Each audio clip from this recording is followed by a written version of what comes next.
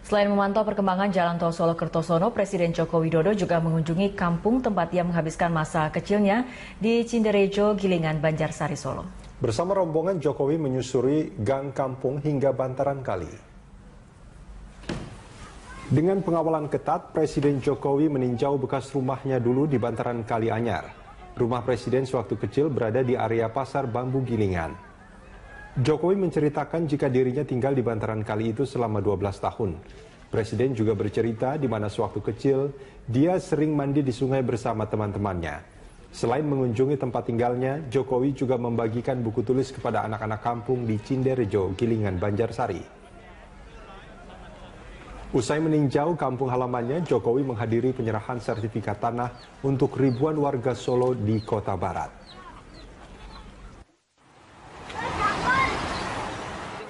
Berapa tahun, Pak? Berapa tahun? 12 tahun. Di sungai, Pak. Sering. Oh iya, bilang tidak ya, nggak percaya. Puluhan pengawal Presiden sempat kewalahan mengamankan Presiden Joko Widodo yang datang ke Sragen, Jawa Tengah usai memantau perkembangan Jalan Tol Solo Kertosono pada Sabtu kemarin. Dalam kunjungannya, Presiden juga membagi-bagikan buku kepada anak sekolah. Seperti biasanya saat mengunjungi suatu daerah, Jokowi sering membawa buku atau kaos yang biasanya dibagikan kepada warga. Saat berkunjung ke Sragen, Jokowi juga tidak lupa untuk menyiapkan buku di dalam kendaraannya untuk dibagi. Pemberian buku tulis sangat diharapkan warga, terutama yang tidak mampu. Salah satu anak di desa Karangmalang, Kecamatan Masaran, Azahwa mengaku senang dengan pemberian buku tulis dari Presiden. Ia mendapat 3 buku tulis yang diberikan oleh pengawal Presiden. Sementara itu Rahman, warga sekitar juga mendapat buku tulis.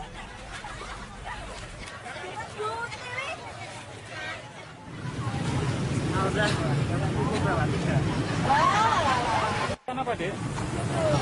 Dari mana? Dapat berapa, Dek? 3. Gimana? Senang nggak? Dek, kelas berapa? 5. Ya senang sekali karena tidak pernah ketemu diberikan hadiah semacam itu ya senang sekali lah pokoknya. Pak, sebelumnya Bapak belum pernah ketemu Pak Presiden? Ya, belum pernah karena baru kali ini. Ya baru kali ini lah. Ya. Ini buku itu kan mau dikasihkan siapa, Pak? Kasihkan cucu saya untuk Yanto. Berkunjung ke kota asalnya di Solo, Jawa Tengah kali ini Presiden Joko Widodo pun tidak melewatkan satu kegiatan rutinnya di Minggu pagi, yakni Car Free Day dan berbaur dengan masyarakat. Selengkapnya akan disampaikan rekan Yunia Harsari langsung dari Solo, Jawa Tengah. Yunia, bisa digambarkan bagaimana suasana Car Free Day di Solo hari ini dengan kehadiran Presiden Jokowi? Ya Maria, Presiden Joko Widodo terlihat mengikuti acara Car Free Day di Jalan Slamet Riyadi, Kota Surakarta, didampingi oleh Ibu Negara Iriana Joko Widodo dan Wali Kota Surakarta FX Hadi Rudiatmo. Dengan berjalan kaki sepanjang kurang lebih 2,5 km, Presiden Jokowi mulai menikmati Car Free Day dari depan Pengadilan Negeri Surakarta hingga ke kawasan Gladak. Seperti biasanya, Presiden Jokowi ini juga menyempatkan untuk berbaur dengan masyarakat Surakarta.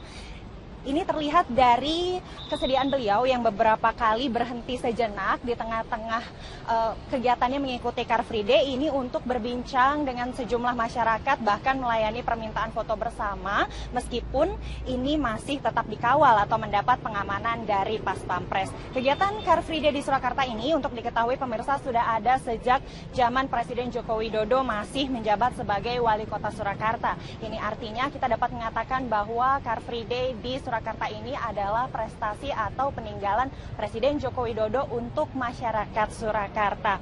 Nah, usai mengikuti acara Car Free Day pagi hari tadi, Presiden Joko Widodo kemudian dijadwalkan untuk menyerahkan 3.242 sertifikat tanah ke warga yang berasal dari 15 kabupaten kota di Jawa Tengah. Acara ini dijadwalkan digelar pada pukul 10 waktu Indonesia Barat nanti di lapangan Kota Barat, Kota Surakarta, dan akan didampingi oleh Menteri Agraria dan Tata Ruang Sofyan Jalil. Dan berikut adalah sedikit komentar dari Presiden Joko Widodo tentang Car Free Day yang ada di Surakarta saat ini.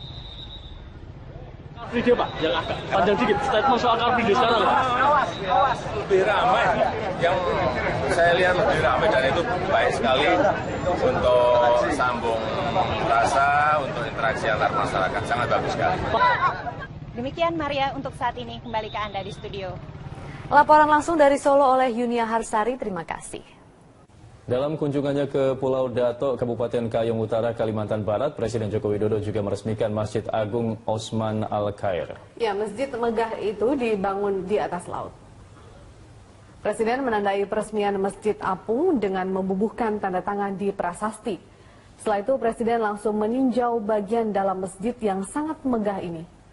Presiden mengaku kagum dengan arsitektur bangunan masjid ini. Dalam kesempatan ini juga Presiden menyinggung kondisi infrastruktur di Kabupaten Kayong Utara, Kalimantan Barat. Menurutnya, potensi wisata di kabupaten hasil pemekaran ini sangat besar. Oleh sebab itu, pembangunan infrastruktur harus dikebut. Dia berharap pemerintah daerah dapat bekerja keras memajukan potensi wisata yang dimiliki daerah ini untuk mensejahterakan warga di daerah ini dan menambah pendapatan daerah.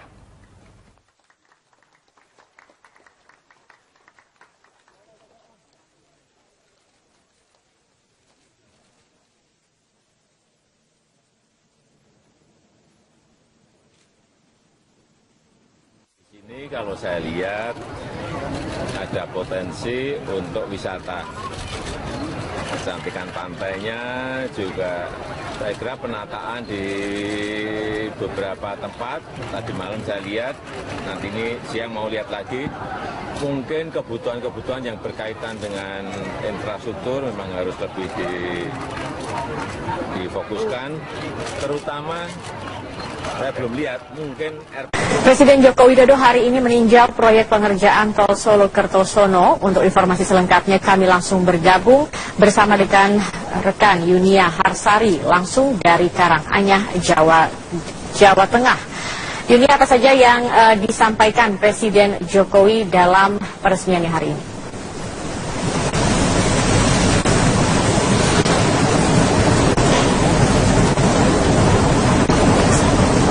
Ya, Zakia, usai membuka rangkaian acara sel Selat Karimata di Kalimantan, Presiden Joko Widodo ini langsung bertolak ke Karanganyar, Jawa Tengah untuk meninjau secara langsung progres pembangunan jalan tol Solo Kertosono. Setibanya di lokasi tadi sekitar pukul 15.30 waktu Indonesia Barat, Presiden Jokowi ini langsung melakukan peninjauan didampingi oleh Menteri Sekretaris Kabinet Pramono Anung, Dirjen Bina Marga Ari Setiadi, Dirut Jasa Marga Desi Haryani, dan Kepala BPJT Heri TZ.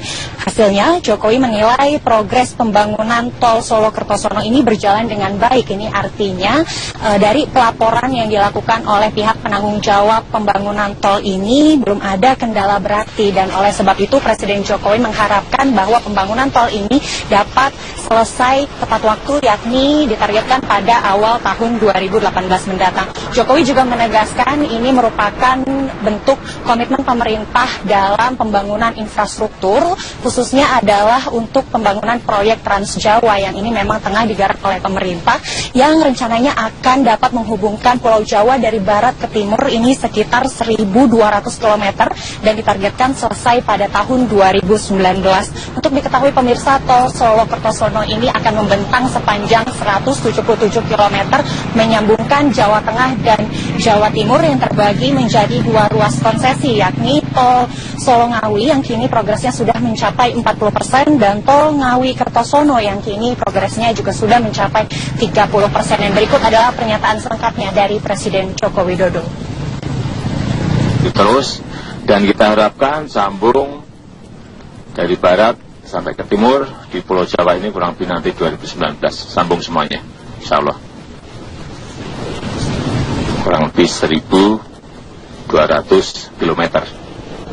Dan juga tentu saja untuk jalan-jalan tol yang ada di Sumatera, di Kalimantan, ini juga di Sulawesi, yang di Bitung Manado juga kita lihat progresnya sangat baik semuanya.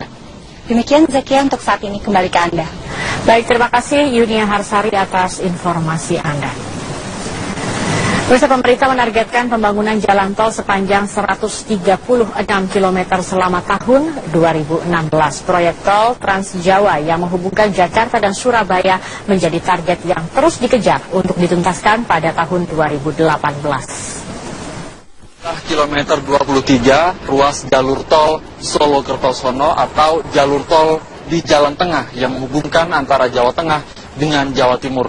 Diharapkan jalur tol ini bisa mengurangi kepadatan arus lalu lintas dari barat atau dari Jakarta menuju bagian timur Pulau Jawa dan bisa mempercepat pembangunan dan pemerataan ekonomi.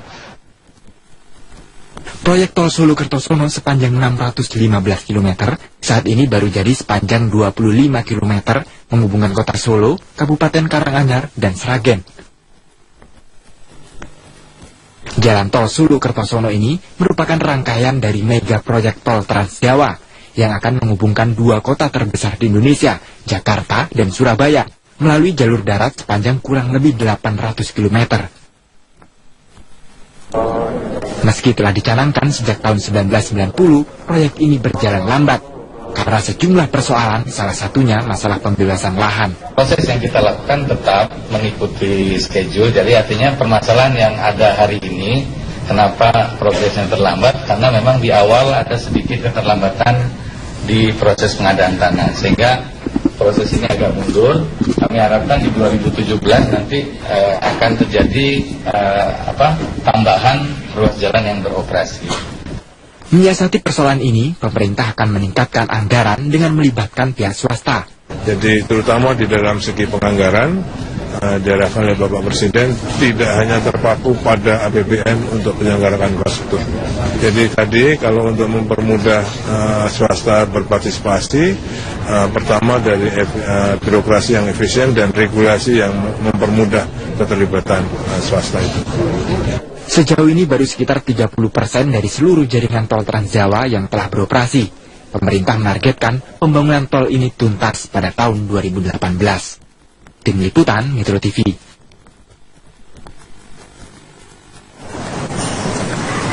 Selain proyek tol Solo Kertosono, pemerintah juga mengebut pengerjaan LRT di Palembang, Sumatera Selatan. Informasi selengkapnya kami langsung bergabung bersama dengan rekan Elita Mega langsung dari Palembang, Sumatera Selatan.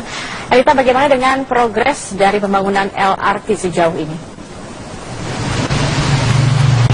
Sejauh ini progres dari pembangunan LRT di Kota Palembang ini sudah berjalan sebanyak 40%, Zakia, di mana memang sebelumnya ada informasi bahwa proyek LRT ini akan sedikit kesulitan mengenai pendanaan karena sebelumnya PT Waskita Karya selaku kontraktor BUMN ini belum memiliki kontrak yang jelas dengan pihak Kementerian Perhubungan selaku pemilik proyek. Dan berdasarkan Perpres nomor 116 tahun 2015 dinyatakan bahwa seharusnya pada tanggal 2 November 2016 ini sudah ada perjanjian kontrak yang jelas antara Kementerian Perhubungan dan juga kontraktor yaitu PT Waskita Karya. Namun sejauh ini belum ada perjanjian yang tegas yang diberikan oleh Kementerian Perhubungan. Dan dari batas waktu persetujuan tersebut mengenai spek teknis dan juga anggaran LRT ini akan terancam mengenai pendanaan. Dan sejauh ini jika kontrak tidak kunjung selesai, maka PT Waskita sudah diprediksi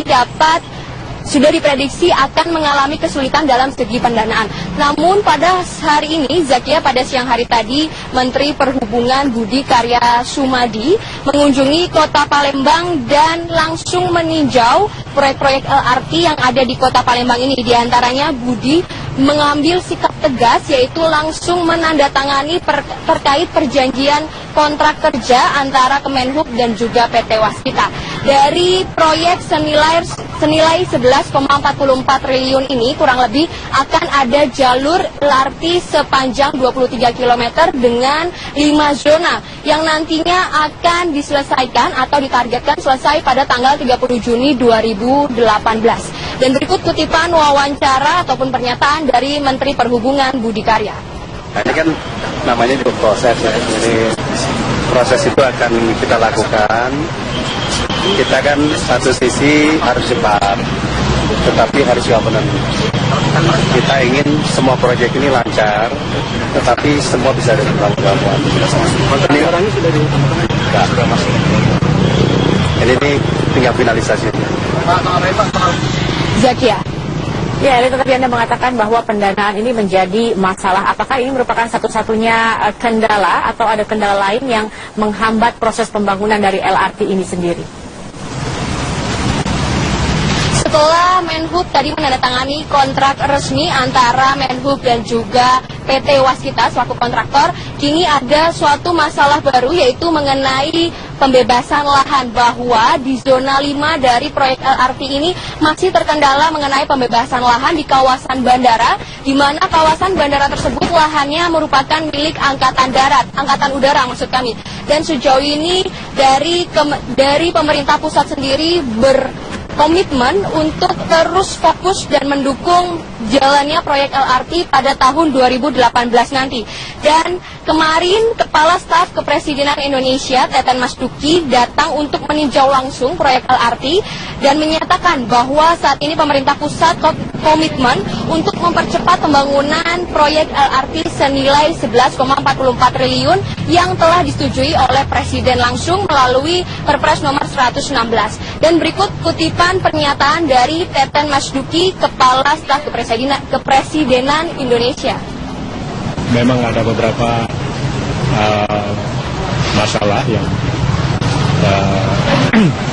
sedikit menghambat, seperti tanah yang dimiliki oleh Angkatan Udara di bandara, lalu ada juga soal utilitas yang berkaitan dengan PLN dan PGN, lalu deponya yang memang belum selesai masalah tanahnya. Nah, ini nanti yang kita akan bahas bersama. Kita harapkan akhir bulan ini itu sudah selesai semua.